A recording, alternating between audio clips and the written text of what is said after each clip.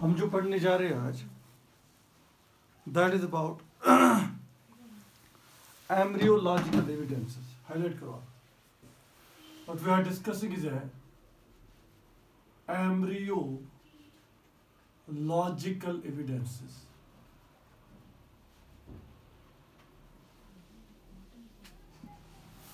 अब ये एविडेंसेस क्या एविडेंसेस होंगे? ये वो एविडेंसेस होंगे which will be based on embryological development. That means these evidences will be based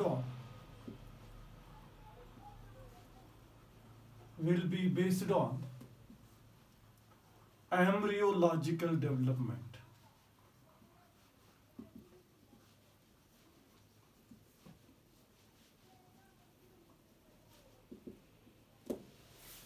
ठीक है ना बेटा? हमारे पास एक थ्योरी है, उस थ्योरी को हम बोलते हैं रिकैपिटुलेशन थ्योरी, और वो थ्योरी हमें दी थी अर्नेस्ट हेकल ने. और उस थ्योरी के अंदर एक पॉइंट कहा गया, एक फ्रेज कहा गया, ओटोजेनी रिपीट्स फाइलोजेनी और ओटोजेनी रिकैपिटुलेट्स फाइलोजेनी. देखो हमारे पास एक थ्योरी है, अगर मैं इसको समझाऊं एम्ब्रियोलॉजिकल डेवलपमेंट में, हमारे पास एक थ्योरी है. थ्योरी जो है उसका नाम है रिकैपिटुलेशन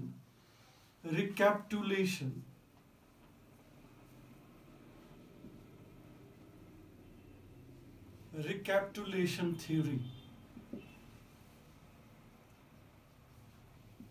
और ये थ्योरी जो है इसके अंदर एक फ्रेज यूज हो गया, दैट इज ओटोजेनी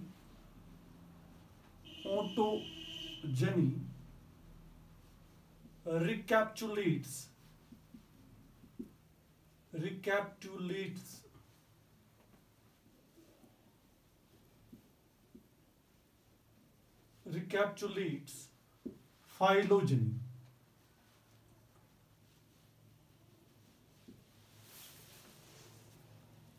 देखो मैं एक बार फिर बता रहा हूं कि हमारे पास एक थ्योरी है, उसको बोलते हैं रिकैपिटुलेशन थ्योरी. और रिकैपिटुलेशन थ्योरी में हमारे पास एक फ्रेज है, that is ontogeny recapitulates phylogeny. उसका मतलब क्या है कि embryonic development of the sum of the organisms repeats evolutionary history. इसका मतलब क्या है? embryo development in certain organisms recapitulates what? Evolutionary. Phylogeny means evolutionary relationship. जैसे कहा जाता है, बात सुनो मेरी, हम बोलते हैं कि हमारे पास जो एम्ब्रियो डेवलपमेंट होता है इन केस ऑफ वर्टिब्रेट्स. अगर वर्टिब्रेट्स की हम बात करेंगे तो हमारे पास स्टार्ट होते हैं वो कहाँ से? हमारे पास पहले होते हैं पाइसिस, उसके बाद जो नेक्स्ट ग्रुप आ जाता है हमारे पास दैट इज एम्फीबिया, उसके बाद जो नेक्स्ट ग्रुप आ जाता है एम्फीबिया के बाद जो नेक्स्ट ग्रुप आता है दैट इज रेप्टाइला, रेप्टाइला के बाद जो नेक्स्ट आता है दैट इज एव्स, उसके बाद जो आ जाता है मैमल्स आ जाता है. कहा जाता है कि ओटोजेनी जो है, जो एम्ब्रियोलॉजिकल डेवलपमेंट है, isn't it, वो क्या करता है, वो उनकी जो डेवलपमेंट है ऑर्गेनिजम्स की, वो रिपीट करते हैं. That repeat the what? Evolutionary history. देखो बेटा, अगर हम यहाँ पे पाइसिस की बात करते हैं, यहाँ पे 2 चैम्बर्ड हार्ट होता है, एम्फीबिया में भी 2 चैम्बर्ड होता है, रेप्टाइल में 3 होता है या 3.5 होता है, और एवस में होता है 4 चैम्बर्ड, इनमें 4 चैम्बर्ड होता है. कहा जाता है, बात सुनो मेरी सब, एक तो ये चीज हम देख रहे हैं कि इस चीज की डेवलपमेंट हो रही है. कहते हैं कि पहले जो हमारे पास डेवलपमेंट होती है वो पाइसिस जैसे होती है. पहले हम पाइसिस बनते हैं, मतलब जो एम्ब्रियो होता है पहले ये पाइसिस जैसा बनता है, जैसे पाइसिस के अंदर बनता है, फिर वो चेंज हो जाता है एम्पिया जैसा, फिर वो चेंज हो जाता है एम्ब्रियो रेप्टाइला जैसा, फिर एव जैसा बनता है, फिर लास्ट पे वो मैमल जैसा बनता है. हमारे अंदर भी तो हम ये बोलेंगे कि सबसे इवॉल्व्ड कौन है वर्टिब्रेट्स में? वो मैमल्स हैं. तो मैमल्स में जब एम्ब्रियो डेवलपमेंट हो जाती है, क्या हो जाती है? एम्ब्रियो डेवलपमेंट हो जाती है. वो एम्ब्रियो डेवलपमेंट जो है वो बिल्कुल रिपीट हो जाती है. क्या हो जाती है? रिपीट हो जाती है, रिकैपिटुलेट हो जाती है. और वो क्या रिप्रेजेंट करती है? वो एवोल्यूशनरी हिस्ट्री रिप्रेजेंट करती है. देखो बेटा, अगर हमारे पास जाइगोट बनता होगा ह्यूमंस के अंदर अगर जाइगोट बनता है तो हम ये बोलते हैं जाइगोट से क्या बन जाता है? एम्ब्रियो. पहले वो एम्ब्रियो पाइसिस जैसा बनता है, फिर उसके बाद वो एम्फिया जैसा बनता है, फिर वो बन जाता है रेप्टाइला जैसा, फिर एव. इसका मतलब वो एवोल्यूशनरी जो उसके अंदर वो हम बोलेंगे रिलेशनशिप है, वो पहले क्या हो रही है? रिपीट हो रही है. इसका मतलब ह्यूमन जो है सबसे इवॉल्व्ड है, मैमल जो है सबसे इवॉल्व्ड है।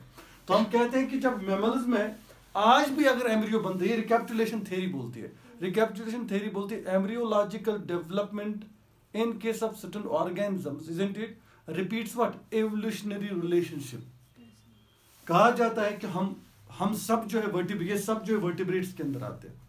अब जब मैमल्स के अंदर एम्ब्रियो डेवलपमेंट हो जाता है तो एम्ब्रियो पहले किन के जैसे बनता है, पाइसिस के जैसा, फिर वो बन जाता है एम्बिपिया के जैसा, फिर वो हो जाता है रेप्टाइला के जैसा, फिर हो जाता है एव्स के जैसे, फिर लास्ट में वो मैमल जैसे बनता है। Is it possible it is happen into our embryo?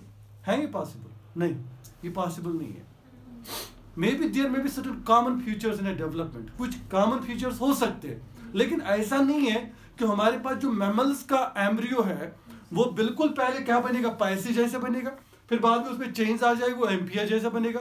तो हम ये बोलेंगे कि एवोल्यूशनरी रिलेशनशिप जो है या एवोल्यूशन जो है वो क्या करता है, वो रिफ्लेक्ट करता है, ऐसी चीज नहीं होती है। उसके बाद इस थ्योरी को क्या कर दिया गया, रिजेक्ट कर दिया गया। और उसके बाद जो हमारे पास वैन बीर आ गए और वैन बीर ने इसको रिजेक्ट किया, और वैन बीर ने हमें बताया कि रिकैपिटुलेशन थ्योरी जो है it is not an acceptable theory, इसको हम एक्सेप्ट नहीं कर सकते।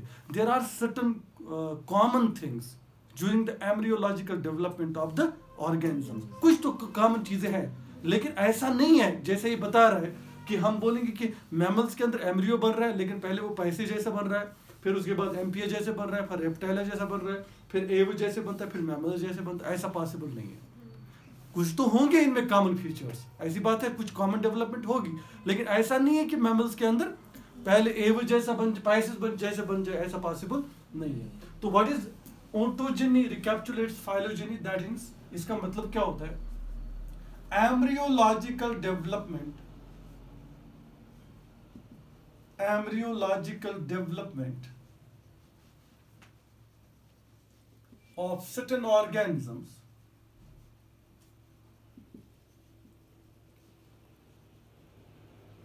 embryological development of certain organisms repeats, या हम बोलेंगे recapitulates,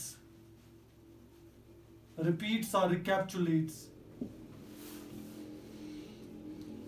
evolutionary history या evolutionary relationship।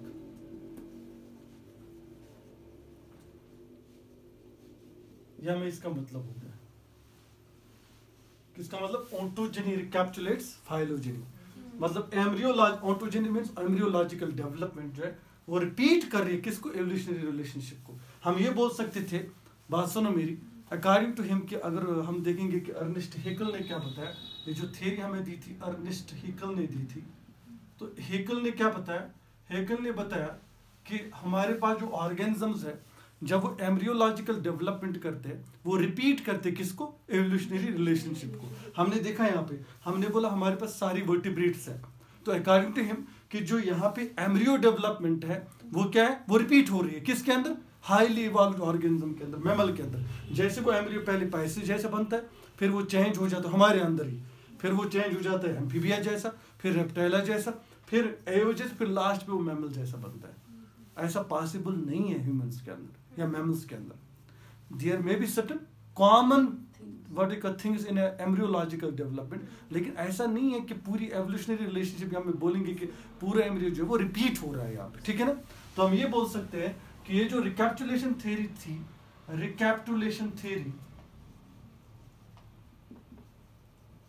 Recapitulation theory was rejected by von Baer. Von Baer ने इसको क्या किया, रिजेक्ट किया।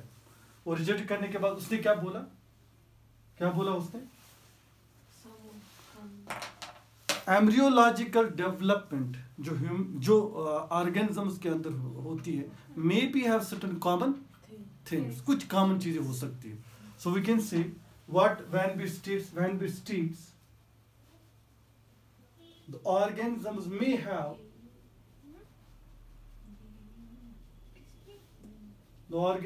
may have certain common things during embryological development. During embryological development. है तो सही कि कुछ तो हो सकती है कॉमन चीजें, लेकिन ऐसा नहीं है कि वो पूरा रिपीट हो जाए, ऐसा पॉसिबल नहीं, ठीक है ना? ये पॉइंट आप लिखोगे यहाँ पे. So this was about the embryological development. तो हम ये बोल सकते हैं कि कुछ चीजें जो है एम्ब्रियोलॉजिकल डेवलपमेंट में इन ग्रुप्स में शायद सेम हो सकती है, लेकिन पूरी तरह रिपीट नहीं हो सकती. ये पॉइंट आप याद रखोगे, ठीक है ना?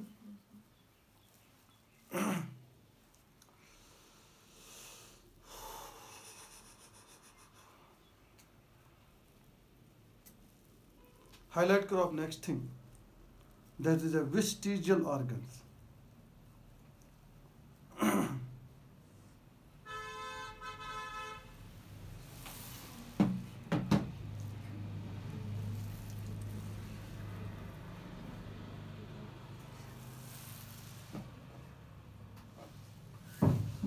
हो गए?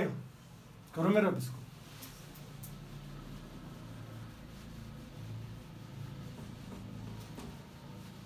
What is meant by a vestigial organ? Tell me all. बोलो बेटा, वेस्टिजियल ऑर्गन किसको बोलेंगे?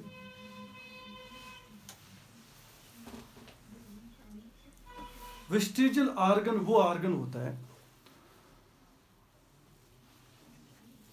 ऑर्गन या टिश्यू भी बोल सकते हैं, कोई सेल हो सकती है जो क्या होगी, डिसफंक्शनल होगी, ठीक है ना? जो क्या होगी, अब प्रेजेंटली क्या होगी, डिसफंक्शनल होगी, और कभी ना कभी ये क्या एंसेस्टर में क्या थी, फंक्शनल थी, ठीक है ना? तो आप लिख सकते हो वेस्टिजियल ऑर्गन. हमारे पास नेक्स्ट जो एविडेंस बनता है वेस्टिजियल ऑर्गन्स.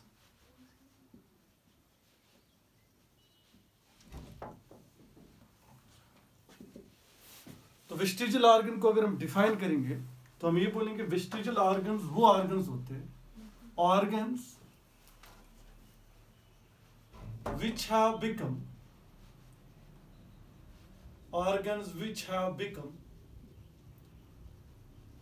dysfunctional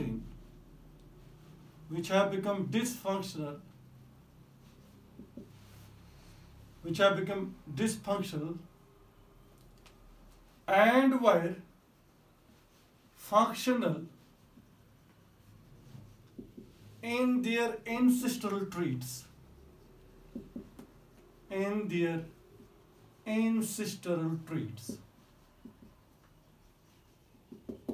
तो वेस्टिजियल ऑर्गन वो ऑर्गन होता है, बात सुनो आप मेरी, जो ऑर्गन क्या था, जो हमारे जो मतलब डिसफंक्शनल हुआ है प्रेजेंट ऑर्गन्स में, लेकिन कहीं ना कहीं उसके जो एंसेस्ट्रल ट्रेट्स थे उनमें वो क्या था, वो फंक्शनल था.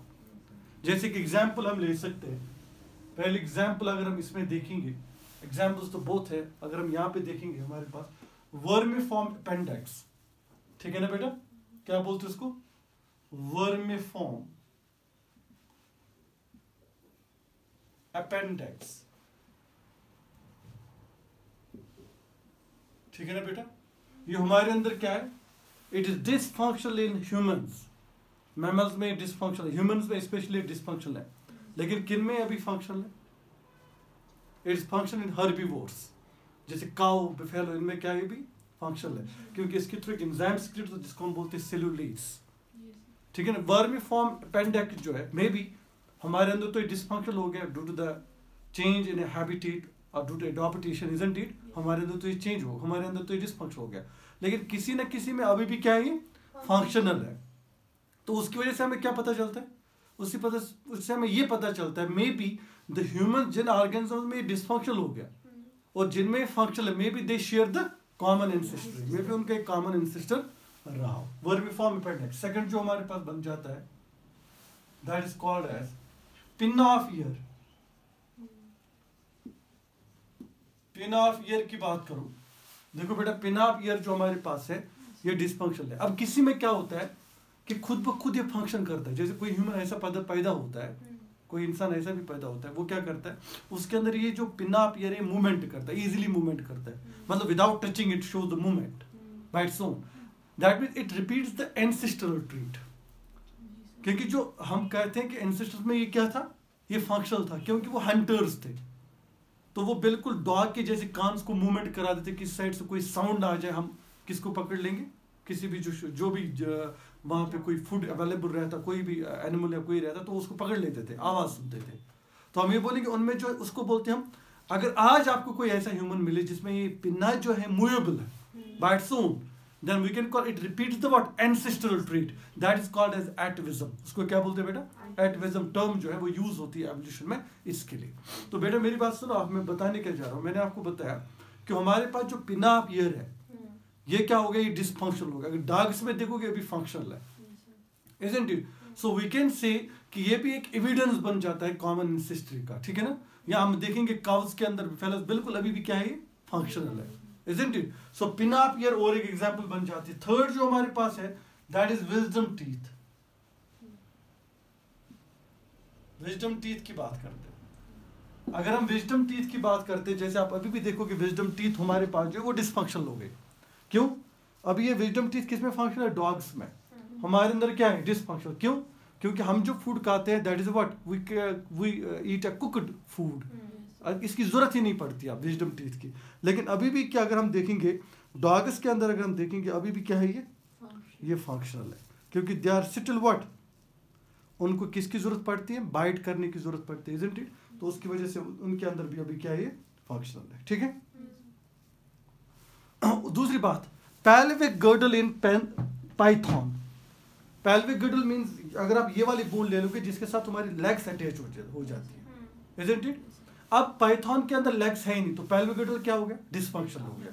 बात आई मेरी समझ? तो हम ये बोल सकते हैं pelvic girdle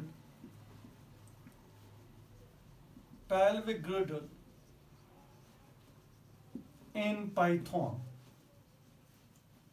एविडेंस बन जाता है इसके पास लेग्स थी, यस एविडेंस बनता है, क्योंकि pelvic बोन ऐसी बोन होती है, pelvic girdle ऐसा होता है जिसके अंदर ये लेग्स की बोन जो होती है क्या होती है, अटैच रह जाती है।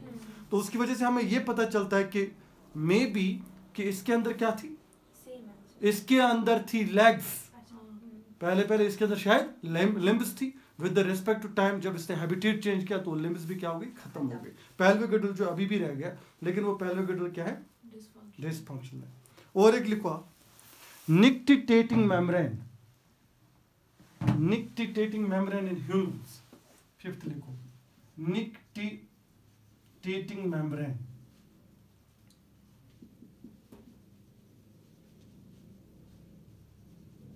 in humans, वो भी क्या हो गया, देखो बेटा nictitating membrane आप यहाँ पे देखोगे, देखो वो बिल्कुल वो रेड कलर का आपको दिखेगा यहाँ पे आइज के अंदर, बिल्कुल वो स्मॉल हो गया, बिल्कुल एक पॉइंट बन गया। अगर आप आइज अपनी देखोगे आपको बिल्कुल यहाँ पे एक रेड लाइक जो बॉल लाइक स्मॉल थिन दिखेगा आपको, वो होता है nictitating membrane। हाँ, वो nictitating membrane जो है ना, it is present in case of A frog, और ये उसको बचाता है किस एनवायरनमेंट से, वाटर करंट्स की वजह से। फास्टली वाटर के अंदर होते हैं फ्रॉग्स बैठते हैं, तो हम ये बोलेंगे they prevented them from the water currents. और हमारे अंदर ये nictitating membrane क्या हो गया, ये डिसफंक्शन हो गया विद रिस्पेक्ट टू टाइम, क्योंकि हम एरियल है, we live on the land, isn't it, terrestrial. So these were some of the vestigial organs. ये क्या है, ये कुछ वेस्टिजियल ऑर्गन्स है जो एविडेंस दिखाते हैं एवोल्यूशन का, ठीक है।